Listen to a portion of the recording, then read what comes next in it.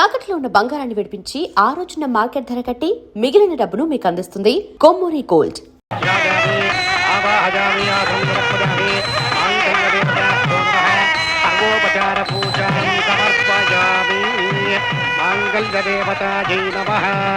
మంగళసూత్రం తీసుకో బాబు.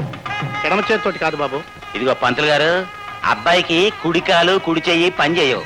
ఎడం చేత్తో తీగి ఇంకే చేత్తో తీస్తాడు. ఆ విషయం 10 మందిలో నువ్వేం చెప్పక్కర్లా. అయినా నా గురించి తెలిసిన పొద్దులు తీసుకురావచ్చుగా. బాలేవాడి బావా, నీ అవిటితనం దాచేస్తే మాత్రం దాగుతుందా? చూడండి పెద్ద ముత్తైది గారు, కాస్త మంగళసూత్రాన్ని తమ చేత్తో అమ్మాయి మెళ్ళలో కట్టండి. ఏం అక్కర్లేదు. ఎంత చేతులు లేని వాడినైనా చేతగాని వాడిని ఏం కాదు. నా పెళ్ళ మెళ్ళలో తాళి నేనే కట్టగలను.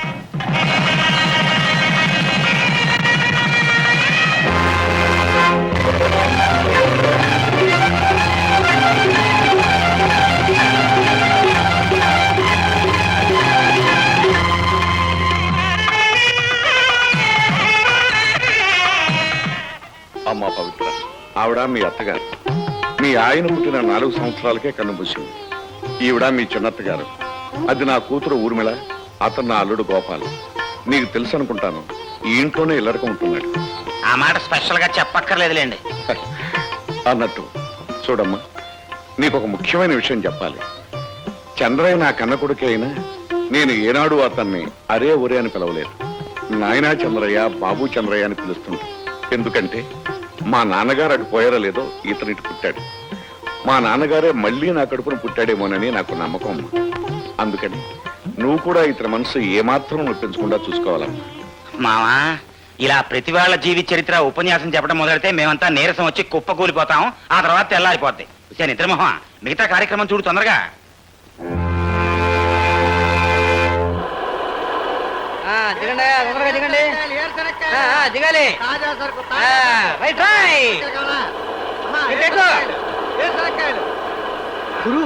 ఎరా రాజుగా, బాగున్నావా? నేను బాగానే ఉన్నా. ఏమిటి అలా ఉన్నావు? ఏం జరిగింది?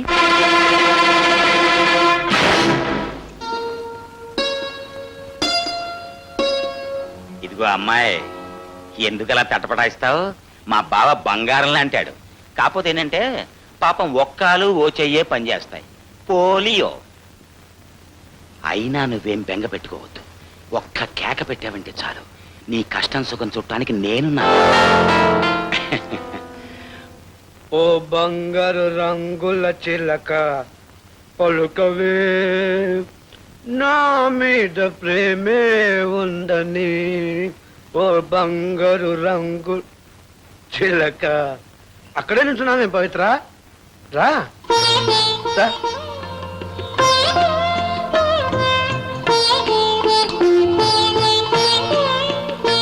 ఏమిటి పవిత్ర, సినిమాలో హీరోయిన్లు మొదటి రోజు రాత్రి నవ్వుతూ సిగ్గుతో సరదాగా ఉంటారు. నువ్వేమిటి అలా దిగులుగా ఉన్నావు? మీ నాన్న తమ్ముడు గుర్తుకొచ్చారా? పర్వాలేదు, నేనున్నాగా. కూర్చో కూర్చో. పవిత్ర, నేనంటే మా నాన్నకి చాలా ఇష్టం. మా అమ్మ లేని లోటు నాకు తెలియకుండా పెంచాడు. ఇంతవరకు అసలు నన్ను ఎప్పుడు కొట్టలేదు తెలుసా? నాకేం కావాలంటే తెచ్చిస్తాడు. ఈ సిల్క్ సొక్క, ఈ మెళ్ళో గులుసు, ఈ ఇంగ్లీష్ వాచి, ఈ చైను అన్ని మా నాన్నే నాకు కొనిపెట్టాడు. ఒకసారి ఏమైందో తెలుసా? నాకు సారా తాగాలనిపించి మా నాన్న అడిగాను. అప్పుడు ఈ ఊళ్ళో సారా కొట్టు కూడా లేదు. పక్క ఊరికి నడిచెళ్ళి నా కోసం మా నాన్న సారా తీసుకొచ్చాడు. అప్పుడు నేనేం చేశానో తెలుసా? ఆ సారా తాగేసి మా నాన్ననే కొట్టాను. ఇంకోసారి ఏమైందో తెలుసా? నాకు సినిమాలంటే తెగపిచ్చి మా ఊళ్ళో ఉన్న టూరింగ్ టాకీస్ లో కలిసి ఉంటే కలుసుకో అనే సినిమా వచ్చింది. అప్పుడు నేను మా నాన్నతో కలిసి బండిలో వెళ్ళాను. అందులో ఎన్టీ రామారావు నాలాగే కుంటాడు. కానీ ఆ కుంటాడు పిల్ల సావిత్రి చాలా మంచిది. ఆ సినిమాను చూస్తున్నంతసేపు నాకెందుకో దిగులు అనిపించి సగంలోనే బయటకు వచ్చాను. అప్పుడు మా నాన్న నాతో బయటకు వచ్చేసి, ఏం చంద్రయ్య ఏమైంది నాన్న అని తెగడిగాడు. నేను ఆ సినిమాలో కుంటోడి పెళ్ళాలంటే పెళ్ళామే నాకు కావాలని అడిగాను. అప్పుడే నేను తీసుకొచ్చి నాకు పెళ్లి చేశాను. పవిత్ర, మా నాన్న పెట్టిన ఇవన్నీ ఒక ఎత్తు, నువ్వు ఒక ఎత్తు. ఎందుకంటే వీటన్నిటికీ మనసు లేదు, ప్రాణం లేదు. నేను కుంటివాడైనా గుడ్డివాడైనా వీటికి బాధ లేదు. నా ఇష్టాలతో పని లేదు. కానీ నీకు మనసు ఉంది, ప్రాణం ఉంది. అందుకే నేనంటే ఇష్టపడి పెళ్లి చేసుకున్నావా? నువ్వేదో చెబుదాం అనుకున్నా నీ కళ్ళు చూస్తుంటే లేదని తెలుస్తుందిలే. పవిత్ర, నా కాళ్ళు చెయ్యి ఆవిడదైనా నా మనసు మాత్రం ఆవిడది కాదు. నీకు ఇష్టం లేకపోతే అస్సలు నిన్ను ముట్టుకోను. నేనంటే నీకు మనసారా ఇష్టం ఉన్న రోజునే నిన్ను ముట్టుకుంటాను. నాకు నిద్ర వస్తోంది, నేను పడుకుంటాను. నువ్వు వెళ్ళి పడుకో. పో.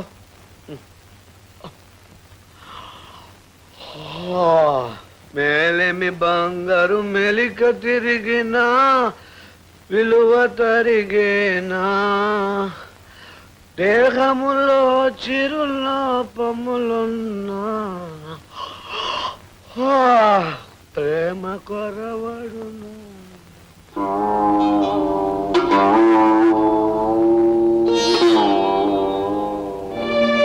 ఎన్ని కష్టాలు వచ్చినా సరే నీకోసమే ఎదురు చూస్తూ ఉంటాను.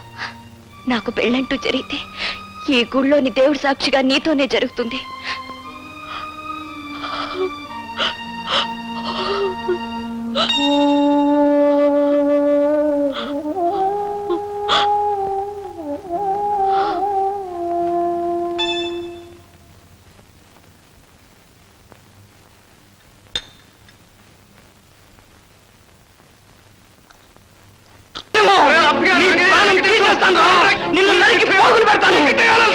తెలియకుండా పవిత్రం పెళ్లి చేస్తావా?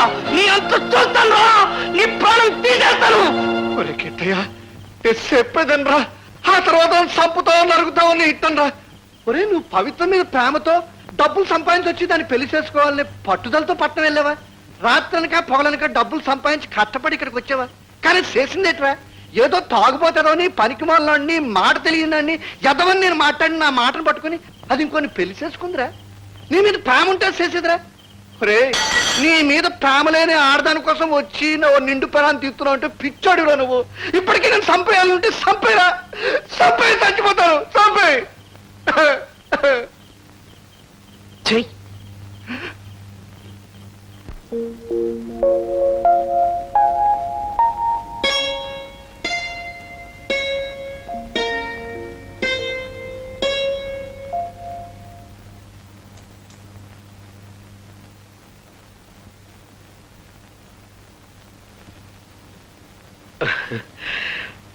పొద్దున్నే దేవతలా కనిపించి నేను చూస్తుంటే నేను పసివాడిగా ఉన్నప్పుడు నా నిద్ర లేపే మా అమ్మ గుర్తుకొస్తుంది. మా అమ్మలాగే నువ్వు కూడా మహాలక్ష్మిలా ఉన్నావు. కాకపోతే ఒకటే తేడా, మా అమ్మ నన్ను తట్టి నిద్ర లేపేది, నువ్వు నన్ను ముట్టుకోకుండానే నిద్ర లేపుతున్నావు. అవును, ముట్టుకోకుండానే నిద్ర లేపటం ఎక్కడ నేర్చుకున్నావు నువ్వు?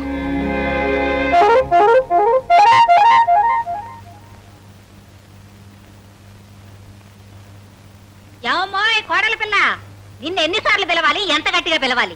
పిలిచి పిలిచి నా నోరు పడిపోయిందనుకో. ముసలాయన తెల్లారుదామని పొలానికి వెళ్ళాడు. ఆయనకు పనేడుతో టిఫిన్ ఏమన్నా పంపించావా? మీ అబ్బాయి గారికి ఇప్పుడే కాఫీ ఇచ్చేస్తున్నానండి. ఇదిగో ఇప్పుడే పంపిస్తాను. ఆ కుంటి వెతవ కాఫీ కాస్త ఆలస్యమైనా పర్వాలేదు. ఆడికేం పని ఆ పాట. ముందు మా అల్లుడు గారిని లేపి కాఫీ ఇవ్వు. ఇదిగో అమ్మాయిని లేపావు, దానికి పొద్దున్నే లేపితే కోపం వస్తుంది. వెళ్ళా. అలాగేనండి. అర్రే, అన్ని నా పోలికలేనేవి. రామారా, రోజు పని మనిషి చేత్తో కాఫీ అందుకుని కర్మ కర్మ అని తిట్టుకుంటూ తాగేవాళ్ళం. ఇప్పటికి నీ చేత్తో తాగే అదృష్టం పట్టింది. ఓహా, మా ఆవిడ చూసావా గౌడికి ఎదురు ఎలా పడుకుని నిద్రపోతుందో? రోజులో ఎక్కువసేపు గురక పెట్టి నిద్రపోవటమే దాని జీవిత ధ్యేయం. ఇదిగో, మా పెళ్ళైన మొదటి రోజున పాల గ్లాస్ పట్టుకుని నా గదిలోకి వచ్చింది. గ్లాస్ నా చేతికిచ్చి టపీమని కాళ్ళమే పడింది. నేను ఇంకా ఆశీర్వాదం కోసమేమో అనుకున్నాను. చూస్తే గురక పెట్టి నిద్రపోతోంది. సరే, పొద్దున్నే లేపి ఆ తెచ్చిన పాలు దాని చేతే తాగించాను. తాగింది, మళ్ళీ పడుకుంది. నీకో విషయం చెప్పనా? మీ ఆడవాళ్ళకి నెలలు నిండాక నొప్పులు వస్తాయి కదా, దీనికి అసలు నొప్పులే రాలేదు, నిద్దట్లోనే ప్రసవించింది. టోటల్ గా నేను నీకు చెప్పదలుచుకుంది ఏంటంటే, ఇక్కడ మనం ఏం చేసుకున్నా కూడా దానికి తెలియదు.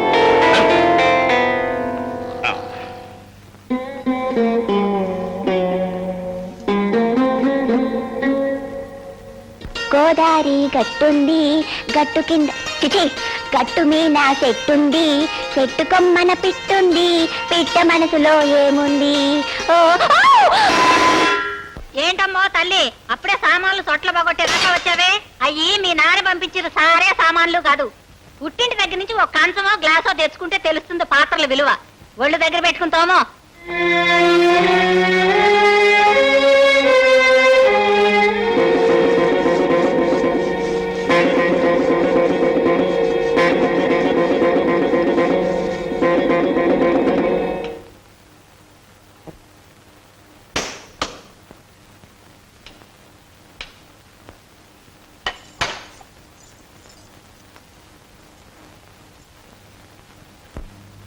ఏమిటి నాన్న అలా ఉన్నావు?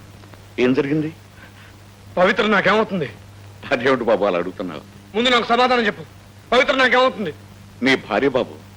అది సరే, ఈ ఇంటికి ఏమవుతుంది? కోడలు బాబు. అంతేగాని పనులు చేసే మనిషి మాటలు పడే పశువు కాదు కదా. ఏమిటి నాన్న, ఏమైంది?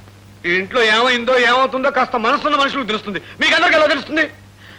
ఆవిడ వాడిని చేసుకున్న పాపానికి ఆవిడ అంత హీనంగా చూడాలా? లేనింటోంచి వచ్చింది కదా అని ఆవిడ నానా కష్టాలు పెట్టాలా?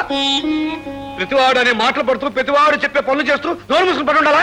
ఏమిటి చంద్రయ్య, ఏం జరిగిందో సరిగా చెప్పు నాన్న. ఏం జరిగిందా? కట్నం తేలేదని అటక మీద సామాన్ అంతా దింపి ఆవిడ ముందు పడేసి తోమ్మంటాం, తిప్పి పడటం, ఇదంతా తప్పు కదా? ఏ 10 మనుషులంతా చచ్చారా? సరే, ఇదంతా ఆవిడని అవమానించడానికే చేశారనుకుందాం. నీ అల్లుడి గారికే మా రోగం వచ్చింది. ఆయన మహారాజు కొడుక జమీందారు గారు మనమాట. సంతలో పీచు మిఠాయిలు అమ్ముకునేవాడు నాటకం వాడి ఇంటికి అల్లుడయ్యాడు.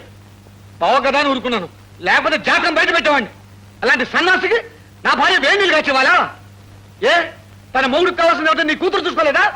పైగా ఆవిడ గారు భార్య పొద్దుట నిద్రలేస్తే నా భార్య కాఫీ పిల్లలు అందించాలా? ఇదిగో ఇప్పుడే చెబుతున్నాను, మీరందరూ నా భార్యను మర్యాదగా చూస్తారా? సరే సరే, లేదా ఇప్పుడే ఈ క్షణమే నేను బయటకు వెళ్ళిపోతాం. ఉన్న ఒక్క చేత్తో కష్టపడి నా భార్యకు గంజి వెతుకులు పెట్టైనా పోషించుకోగలను. ఏమనుకుంటున్నారో ఏమిటో? నాన్న చంద్రయ్య, అవేం మాట్లాయ్యా. కొత్తగా ఇంటికి వచ్చిన పిల్ల కదా, పనులు అలవాటు అవుతాయని మీ పిన్నం వాళ్ళే చెప్పుండొచ్చు.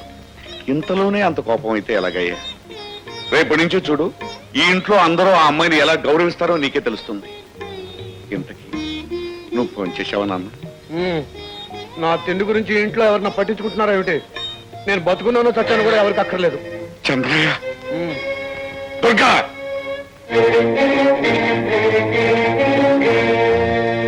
ఏమే దుర్గా, అబ్బాయి అన్నం తిన్నాడా లేదా అన్న ఆలోచన ఎవరికి అక్కర్లేదా? ఆయన ఎవరో భోజనానికి పిలవలేదట. అయ్యయ్యో, అబ్బాయి అన్నం తినలేదన్న సంగతే నాకు తెలియదండి. కోళ్ళు ఉంది కదా వడ్డించే ఉంటుంది అనుకున్నాను. ఏమ్మా మీ ఆయనకు అన్నం పెట్లా? ఏమిటి, మా ముద్దుల బావ బంగారు కొండ అన్నమే తినలేదా? అయ్యయ్యో, ఎంత ఘోరం, ఎంత అపచారం. అత్తగారు, మీరు అత్తగారు కాబట్టి బతికిపోయారు, లేకపోతే ఏం చేసేవాడో నాకే తెలియదు. అన్నమే తినలేదా? నిద్రమోహమా, మీ అన్నయ్య అన్నమే తినలేదా? సంగతి పట్టించుకోవే. అయ్యయ్యో, అన్నమే తినలేదా? బావగారు, మీరేం బాధపడద్దు, మీకు స్వయంగా నేను వడ్డిస్తాను. అన్నమే తినలేదా? రండి బావగారు, రండి. ఆశీనులు కండి, సరిగ్గా ఆశీనులు కండి. పాపం చాలా ఆకలి మీద ఉన్నారనుకుంటాను. అన్నట్టు చేయి కడుక్కున్నారా? చిచి, మీది అమృత హస్తం, కడుక్కోవలసిన అవసరమే లేదు. మా అమ్మా నాన్న ఆనాడే చెప్పారు నాకు, ఒరే వెధవా, ఇల్లరిక పలుడుగా వెళ్ళొద్దురా అని. వినిపించుకోలేదు, ఇక్కడ పని మనిషిగా మిగిలిపోయాను. మామగారు, మీరు ఇద్దరు ఆడపిల్లల్ని కనాల్సింది. అదేమిటల్లుడు గారు, ఇద్దరు పని మనుషులు దొరికేవారు మీకు. తినండి బావగారు, తినండి. నా భార్య ఇంకా భోంచేయలేదు, తను నాతో పాటు తింటుంది. దానికి ఏం చేయమంటారు మమ్మల్ని? పోనీ నేను బయటికి పోనా? అలాగే, మరి వీరు మీ కన్న తండ్రి. ఎవరు ఇక్కడ ఉంటాను వెళ్ళలేదు, అందరు వెళ్ళండి. మామగారు, మనం చెట్లమ్మటా పుట్లమ్మటా తిరిగొద్దాం, వారి భోజనం అయ్యే వరకు. రండి. చిన్నప్పటి నుంచి ఇంతే, అనుకున్న పని జరిగి తీరాల్సింది. పదం, అన్నీ మా నాన్న బుద్ధులే.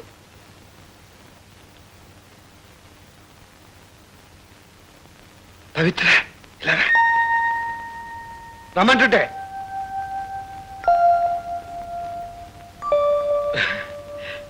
ఎందుకలా భయపడుతున్నావు? నువ్వు ఇంటికి రానివి, కాలు మీద కాలేసి కూర్చో.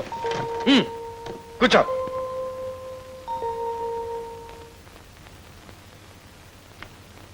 నీకు రహస్యం చెప్పనా? నాకు అసలు ఆకలే లేదు. ఎందుకలా చెప్పాను ఆశ్చర్యపోతున్నావా? ఊరికే అలా చెప్పాను. నువ్వంటే నాకు ఎంత ఇష్టమో వాళ్ళకి తెలియాలని అలా బెదిరించేశాను. కానీ నేనంటే నీకు ఎంత ఇష్టమో నాకు తెలియాలి కదా. నేను మనసులో ఒకటి అనుకున్నాను, ఆ పని నువ్వు చేసి చూపించాలి.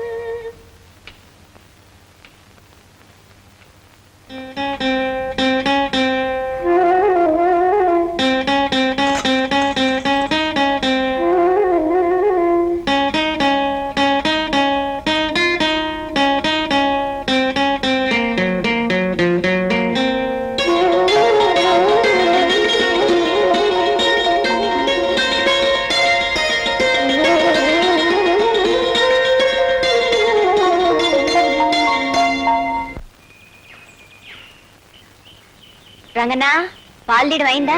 అయ్యిందమ్మగారు చెత్తమ్మా.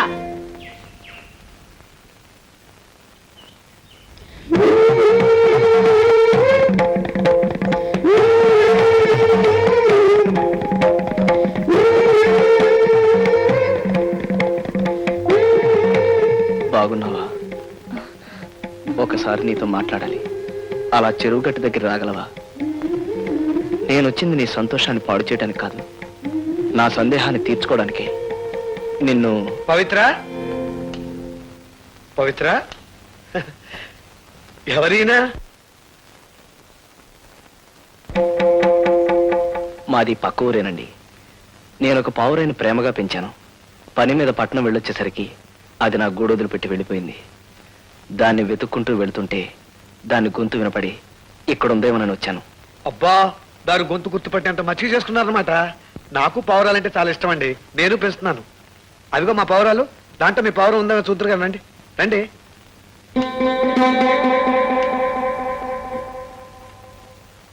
ఇవిగోనండి, నేను తెచ్చుకున్నవి, కొనుక్కున్నవి, పెంచుకున్నవి. ఇందులో మీ పావురం ఉందేమో చూడండి. ఉందండి. ఉంటే అదేదో చెప్పండి, వెంటనే ఇచ్చేస్తాను. దానికోసం శ్రమపడి ఇంత దూరం వచ్చారంటే అదంటే మీకు ఎంత ఇష్టమో తెలుస్తుంది. కానీ దానికి మాత్రం నా మీద ప్రేమ ఇష్టం లేవనిపిస్తుంది. అది మీకెలా తెలుసు? నిజంగా నేనంటే ఇష్టమే ఉంటే నన్ను చూడగానే సంతోషపడేది. బహుశా దానికి ప్రేమ అనురాగం కంటే అంతస్తే ముఖ్యం అనుకుంటాను. దాన్ని మీ దగ్గరే ఉండనివ్వండి. పోనీ అందులో మీ పావురం ఏదో చెప్పండి. ఎందుకులేండి, విశ్వాసం లేని ఆ పావురం మీద మీకు అయిష్టత ఏర్పడచ్చు. దాంతో మీరు దాన్ని సరిగ్గా చూడకపోవచ్చు. అది ఎక్కడో నా సుఖంగా ఉండమే నాకు కావాల్సింది. వస్తానండి. పాపం, ఎవరో మంచివాళ్ళ ఉన్నాడు.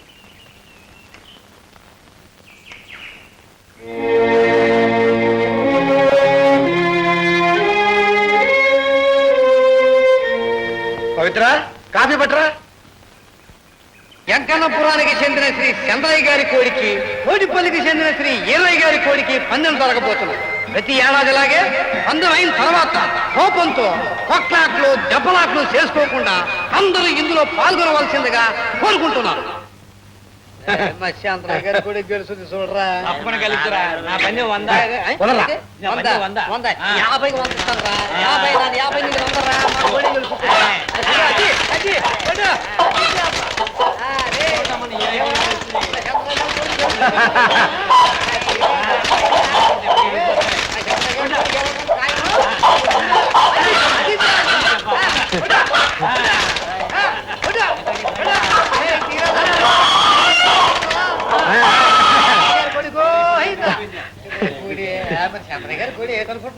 ఒరే ఈరిగే, మన ఊరు పరువు తీసే కదరా దిక్కుమాల కోడి నువ్వుని. భలే కోడిని పెంచారా.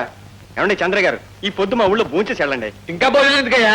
నా కోడి గెలిచింది, నా కడుపు నిండిపోయింది. దేనికైనా సమ ఉద్యోగం ఉండాలి. ఏరా కుంటోడా, నీకు సమ ఉజ్జి కావాలా? ఇదిగో ఏమన్నాను, కుంటికింటి అన్నా ఉంటే మర్యాద దక్కదు. గొప్ప పౌరుషం వచ్చింది.